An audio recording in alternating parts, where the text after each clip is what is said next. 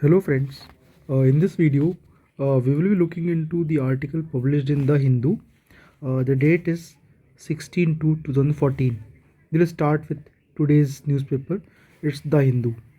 Supreme Court strikes down electoral bonds, electoral bond scheme, calls it unconstitutional. The five-judge bench termed the mode of funding manifestly arbitrary. It says voters' right to information about political funding is violated. Scheme authorized influence of corporate and electoral process. It says the verdict provides level playing field in polls. Congress says BJP says the scheme was meant for transparency. So there have been divergence of opinion across parties, and we need not go into the what they are saying. We just need to focus on what the Supreme Court has done, and Supreme Court has categorically made electoral bond scheme unconstitutional. Then our Prime Minister Modi invites Qatar's ruler to visit India. Recently, our Prime Minister was in Qatar, and Qatar has actually released 8 ex-Navy men from the trial even, and initially they were given the death sentences. So now India has appreciated that Qatar has released them, and our Prime Minister has invited the Qatar's ruler to visit India. Now, India has rejected demand for data exclusivity in drug development in free trade talk. India has been going free trade talk with the European Free Trade Association towards a free trade agreement, and India has categorically rejected the demand for data exclusivity in drug development under free trade agreement. Then sent in the states column, the center did not respond positively to issue raised on tax sharing, said by Kerala. Kerala minister says center wants the state to drop the case in the Supreme Court and then continue discussion. The state has filed a petition in the top court accusing the government of regulating the state finances by imposing a ceiling on net borrowing. There have been certain issues with respect to fiscal devolution and the amount which can be raised by the state government. And now, to come out of that issue, the state has actually approached the Supreme Court. As you remember, Article 131 gives the original jurisdiction of the Supreme Court with respect to any issues with respect to center state, or more states and center, and that could be approachable under the Supreme Court under Article 131. Then bill on use of Kannada on sign votes passed. I mean, the sign votes could be written in the name of Kannada, and it has been passed in that particular state.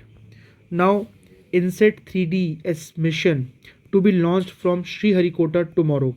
According to ISRO, INSET 3DS is a mission designed for enhanced meteorological observation. So, for the meteorological observation, INSET 3DS mission to be launched from the Sriharikota tomorrow. It's in news. Then, a special officer to mitigate human wildlife conflict has been assigned, and why it is so, because there has been large number of human wildlife conflict in the southern state, especially in Kerala. So you can see there's a march to protest the alleged apathy of officials in ensuring protection against the wildlife attack in the Wayanad. Okay, then we come to the editorial page.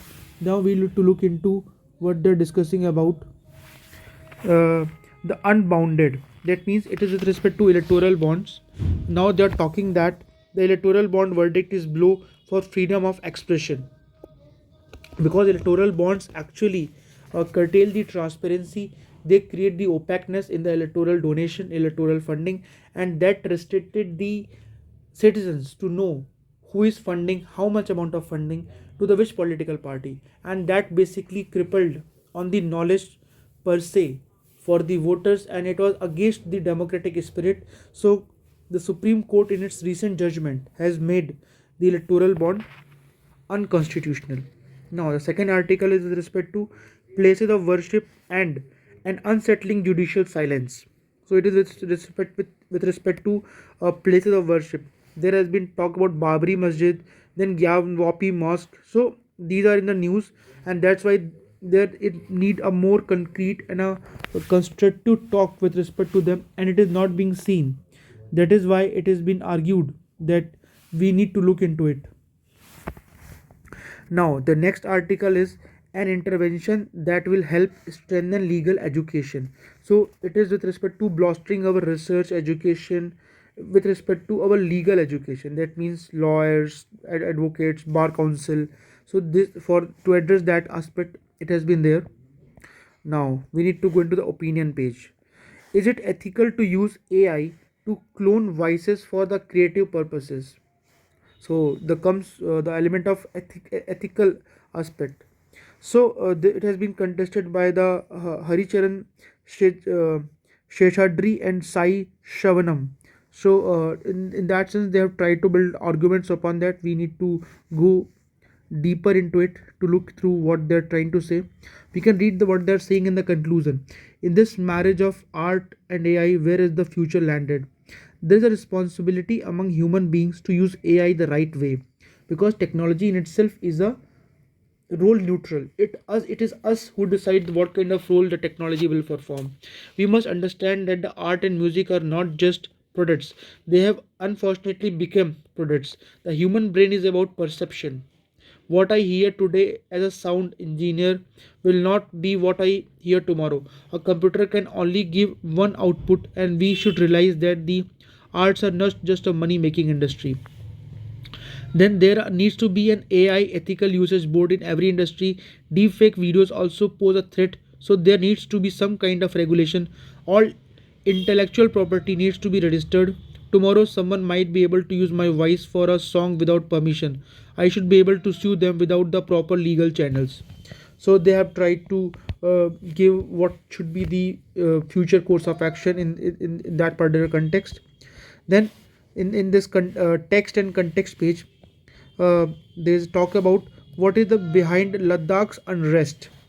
Why did Ladakhis initially support the creation of Union territory, and what led to the subsequent caution and anger? How has the recognition impacted the demography, ecology, and identity of Ladakh? What are the demands put forth by LAB and KDA? How have unemployment and economic disempowerment fueled the process? So we can read the gist. It says thousands in Ladakh protest for Ladakh's full statehood and inclusion of the sixth schedule.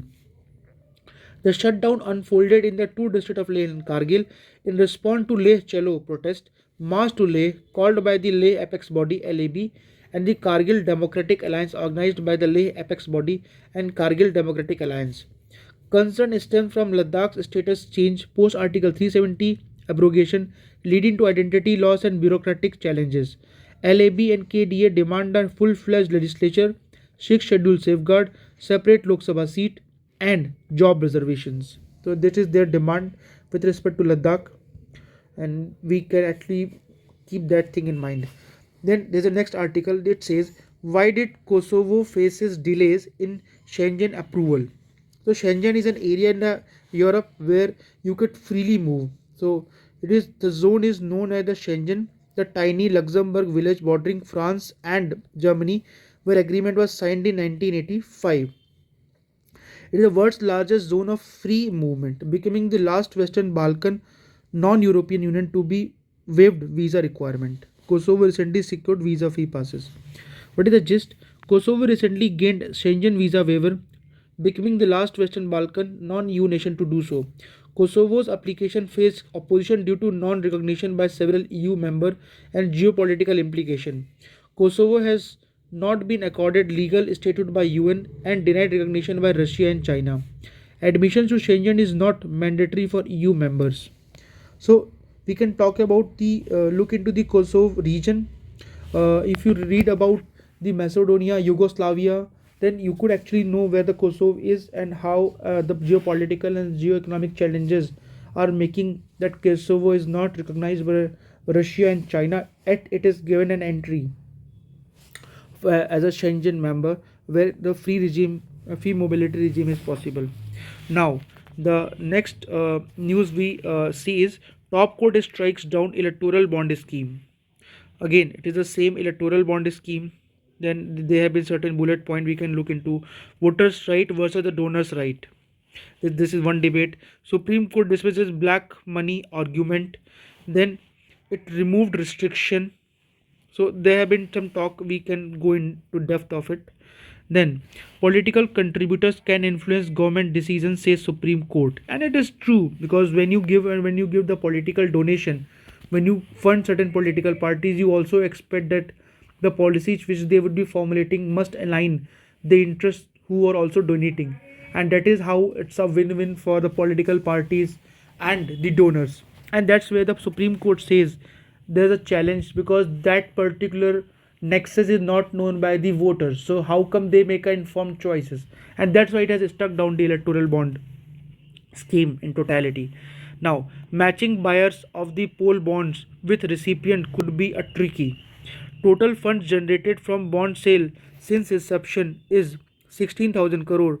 Activists said despite the directive to SBI to reveal sale detail to EC, it might not easy to immediately map how much an individual or corporate entity contributed to a party.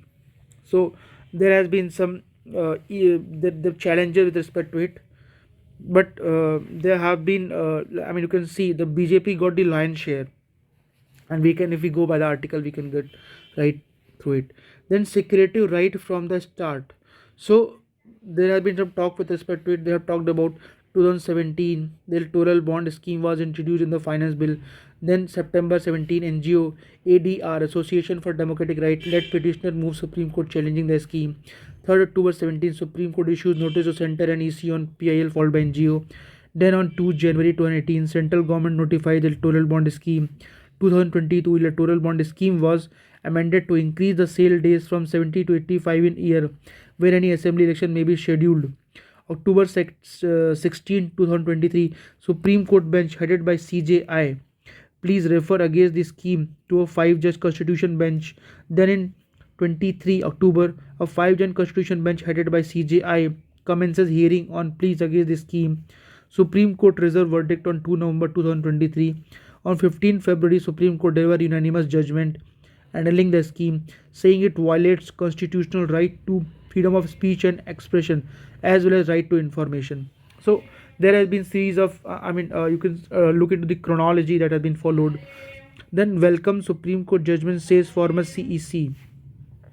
So there has been some welcome by the former chief election commissioners. Parties in power got the highest share, and I think that's very logical. Those who are in the power, they naturally tend to get lion's share because they are in a position to make policies which could actually benefit those who have actually contributed. So there has to be some kind of a correlation with respect to parties in power and those who are donating.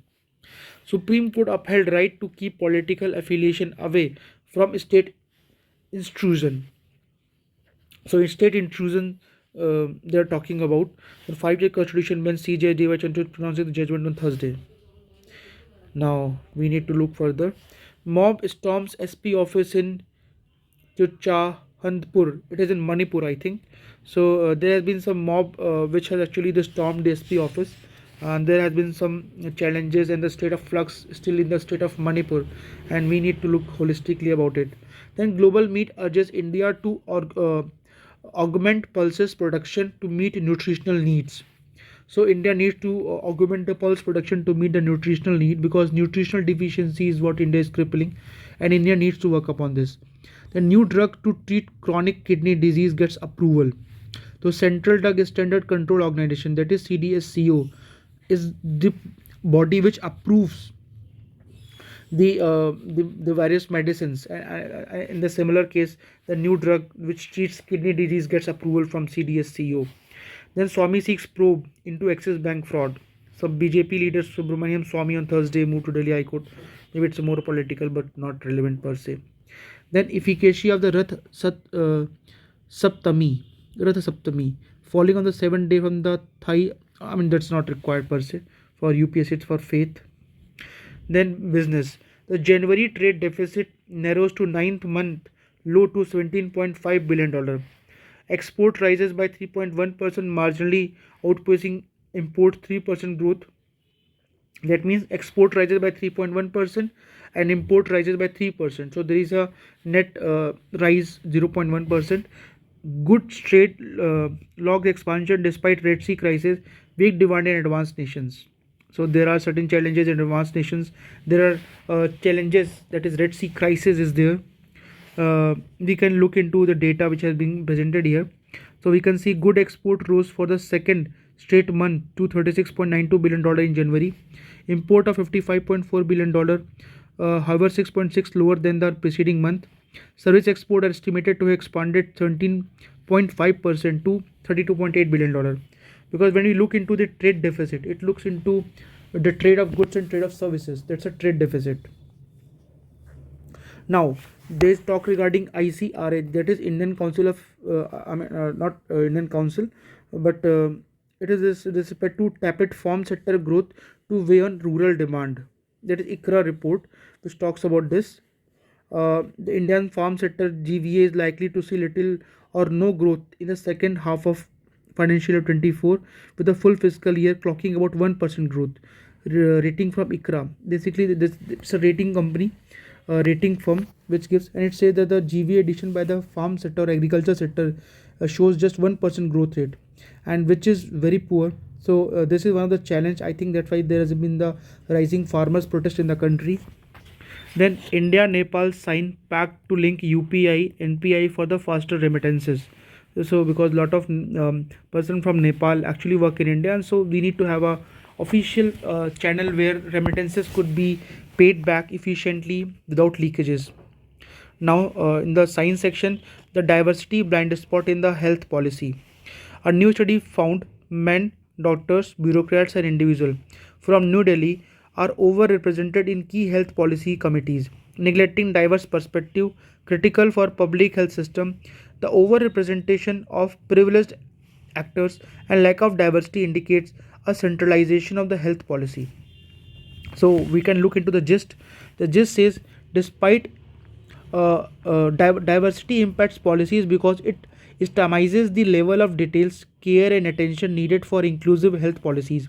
Premier institutions are designed in a way that women are concentrated at the front line, low paid position at the lower end of the hierarchy, and find limited opportunities to climb the ladder. Women makes up to 29% of doctors, 80% of the nursing staff, and nearly 100% of the ASHA workers. That is accredited social health activists. Around 31% of women with medical education in 2018 were out of work because they were engaged with household tasks. Medicine with long working hours and demanding rotas is seen as untenable for women who are the primary caretaker in the family. So it is with respect to skewed policy making, lack of diversity, and lack of inclusive representation of women and person from the other areas, which is hampering our policy making in the health sector. Now, last article, if we look into this newspaper, is, will endometriosis be exempt from the gender passover? So a woman will, there's a just one liner, you will get an idea what this particular news article is willing to convey to you is, a woman will spend an average of 9 years in poor health, affecting her ability to be productive. So we can read this article and we'll get to know what are the challenges with women faces, which impacts their productivity, and how that also affects her other indicators in terms of mentally and psychologically fit. So that's all for today. Thank you.